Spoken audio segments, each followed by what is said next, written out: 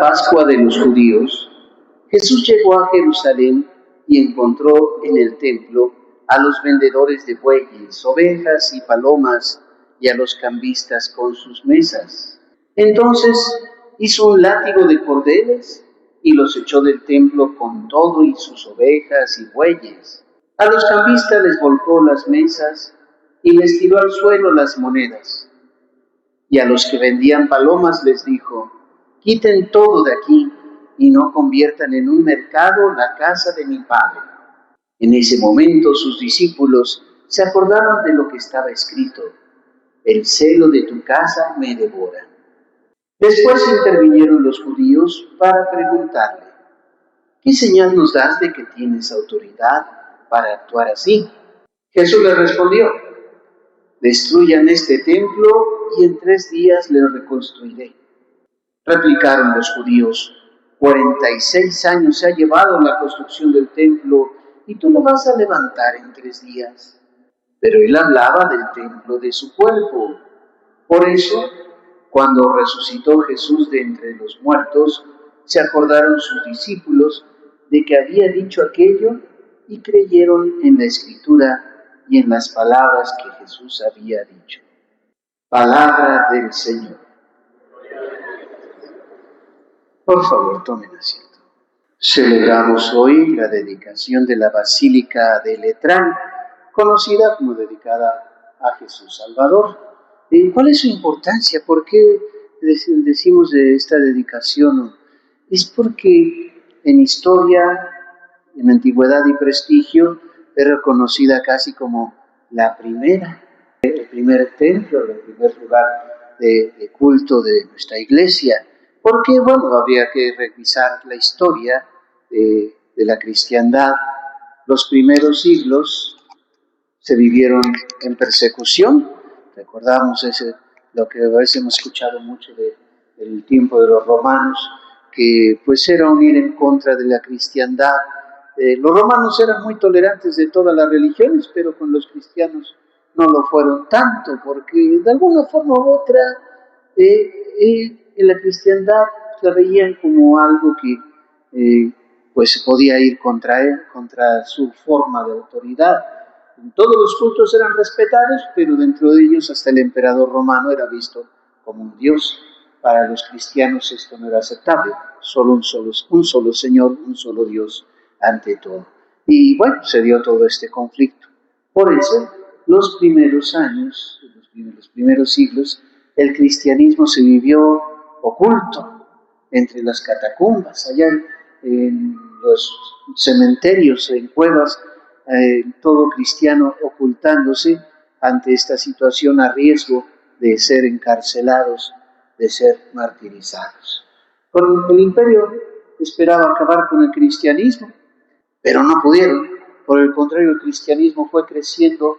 A pesar de eso, la voz del evangelio iba tomando más fuerza, al punto que pues ya sería por el siglo IV que más bien se aceptó el cristianismo, ya se le dio lugar, y el emperador Constantino, que muchos lo critican, pero sería el que acabaría definitivamente con la persecución.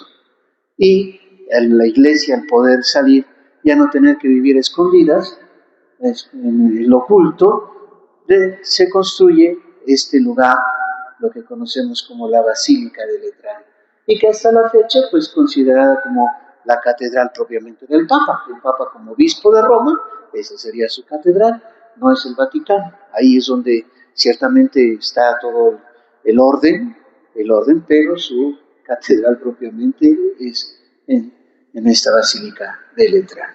Y para nosotros como cristianos recordarla es también en ese poder vivir ese sentido de nuestra identidad, pero no es la construcción en sí, sino decía recordar de la iglesia, lo que le da el sentido especial al templo, a la basílica, es ante todo esa historia que se ha vivido de hermanos y hermanas que pudieron vivir la fe y defenderla ante todo, vivir ese sentido de pertenencia. Y hasta la fecha tenemos que buscar todavía mantener ese sentido de identidad, de pertenencia como fieles cristianos. Recordar ante todo, que la iglesia no está hecho de piedras, está hecho de personas, de todos los fieles bautizados. A veces pensamos o hablamos de iglesia como la construcción, ¿verdad? Dicen las personas luego oye, ¿dónde está el rumbo? Ay, mira, das vuelta, ahí hay una iglesia y ahí enfrentito, ¿verdad? Hay un templo, hay una construcción, un lugar de culto, una capilla, un oratorio, un templo, pero la iglesia son las personas, somos todos los bautizados. ¿Sí? Algunos piensan tal vez hablar de iglesia nada más en la idea de todos los ministros, el Papa, los cardenales, los obispos, los padrecitos. No, todos los bautizados, todo el pueblo de Dios somos la iglesia. Necesitamos recuperar mucho eso en razón de valorar nuestra identidad, pero desde las personas, recuperar nuestro sentido también de lo sagrado. Creo que es algo tan especial. Hoy que escuchamos el Evangelio, Jesús que llamaba la atención de su tiempo, dice, corrió a todos los vendedores del templo, era porque la institución con los años, ese lugar de culto, se iba corrompiendo a razón que pues pierden ese sentido original de ser lugar de culto para convertirse en un mercado, para convertirse en un negocio. Jesús por eso expulsa a los vendedores.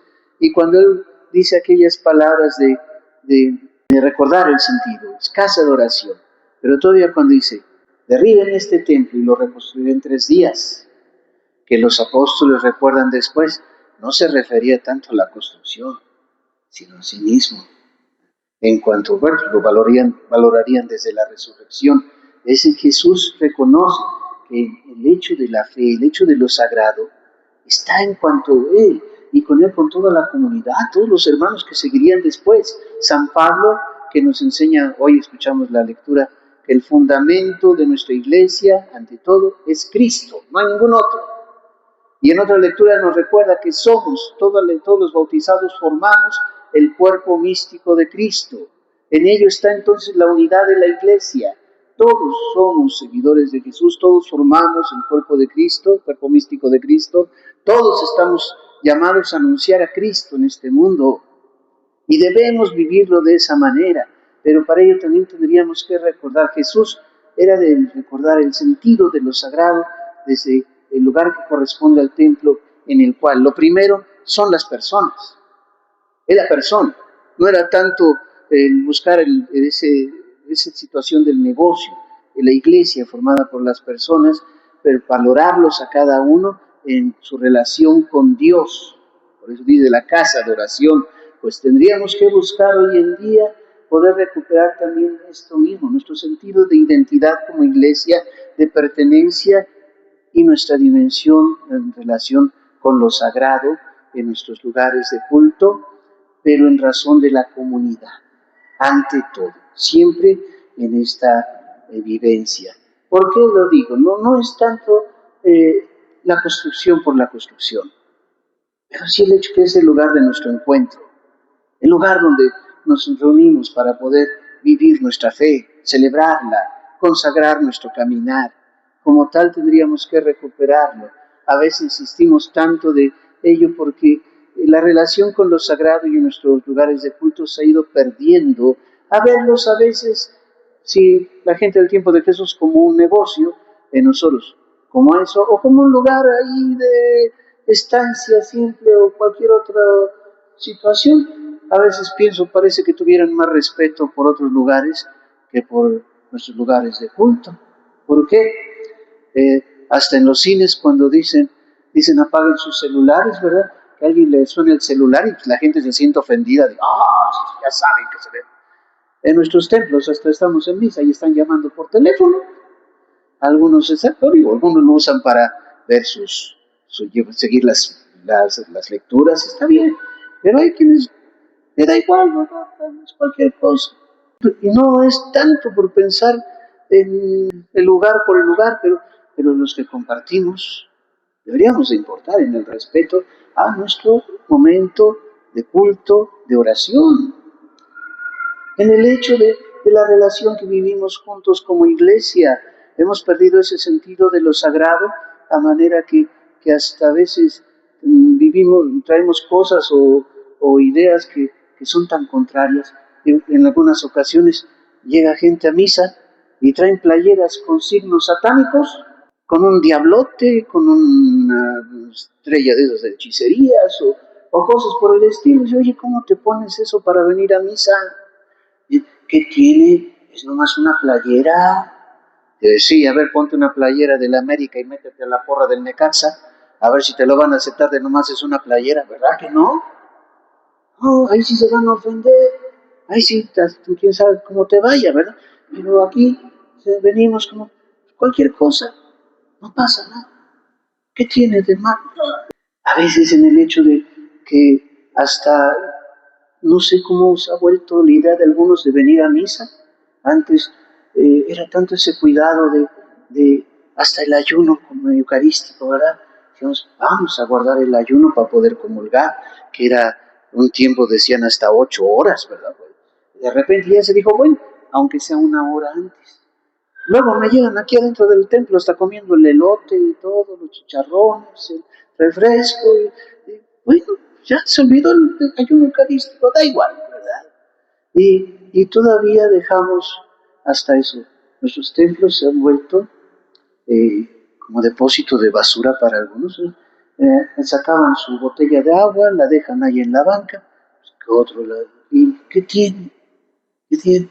Nos dejan la bolsa de basura, la torta medio comer. Pregúntenle a quien limpia aquí en el templo, van a ver que es cierto, ¿verdad? Hay el plátano ya escondido por ahí entre las alcancías pudriendo, porque da igual, es cualquier sitio, es cualquier lugar. No, no es cualquier lugar, es el lugar de nuestro encuentro como comunidad.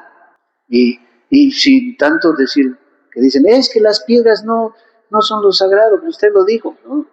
Pero la comunidad, en cuanto a la presencia de Cristo, sí. Y en la relación que debíamos de vivir de respeto de unos con otros, de decir, bueno, el lugar que yo ocupé, pero va a venir otro hermano también a ocuparlo, va en la siguiente misa, el siguiente momento de oración, en esa razón deberíamos de tener también ese cuidado por unos y otros, porque es nuestro lugar de todos, en nuestro encuentro. Lo que le da sentido de lo sagrado está en cuanto cómo lo vivimos y el respeto que le damos, la vivencia que encontramos. Si lo volvemos un lugar cualquiera, le vamos restando ese sentido. ¿Qué serían nuestros templos? Solamente edificios mudos y muertos, sin ningún valor.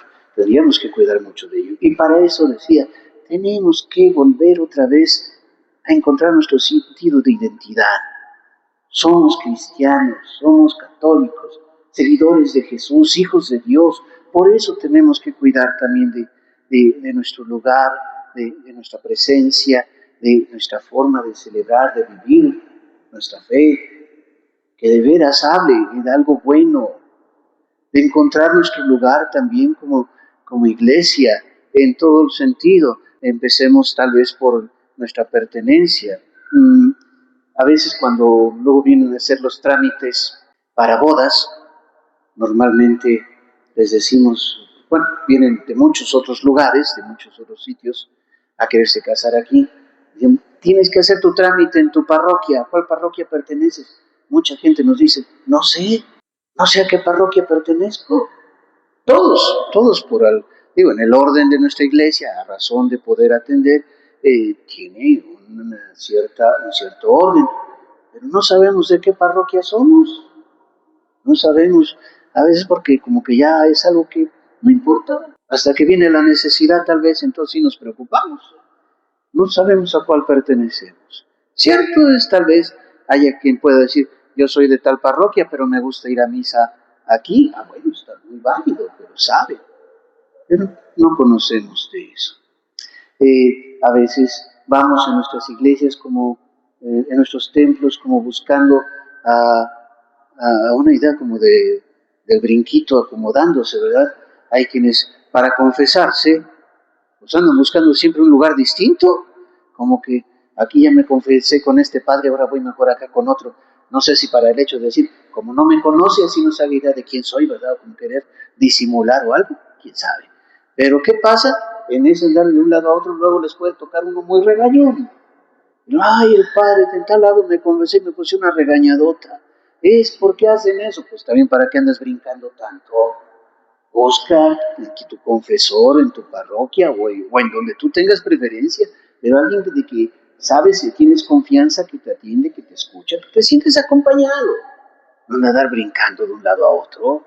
Poder encontrar ese ir forjando nuestro sentido de pertenencia, de comunión, en razón de decir, bueno, aquí es donde yo participo con esta comunidad, aquí celebro mi fe, aquí vivimos nuestra búsqueda de poder como iglesia, de crear, fortalecer nuestra relación con Dios. Eso sería lo importante. Poder hacer entonces, a partir de esa actividad del pueblo de Dios, de todos nosotros, hacer que estos templos hablen verdaderamente, puedan ser una voz de esperanza para nuestro tiempo, para nuestra gente. Si logramos eso, ahora que luego vienen tantos tiempos, vemos que luego tantas voces que salen ahí a estar discutiendo de querer como que acallar el sentido de la fe, les digo yo, mire, aunque nos cerraran los templos, pero si estamos bien firmes en nuestros corazones como cristianos, como católicos, podremos seguir adelante, podremos salir adelante siempre y levantarnos. Creo que recordar la Basílica de Letrán es recordar también eso. Por casi poco más de 2 siglos, la Iglesia tuvo que vivir escondida, a lo disimulado, callado por la persecución, pero no pudieron acabar con ella y al final se levantó y la Basílica de Letrán es signo de ello tan especial. Pues si nosotros podemos recuperar ese valor, esa fortaleza, esa unidad, entonces nuevamente nuestros templos hablarán de la Iglesia como la auténtica verdad, la auténtica y verdadera Iglesia de Jesucristo nuestro Señor. Nos ponemos de pie.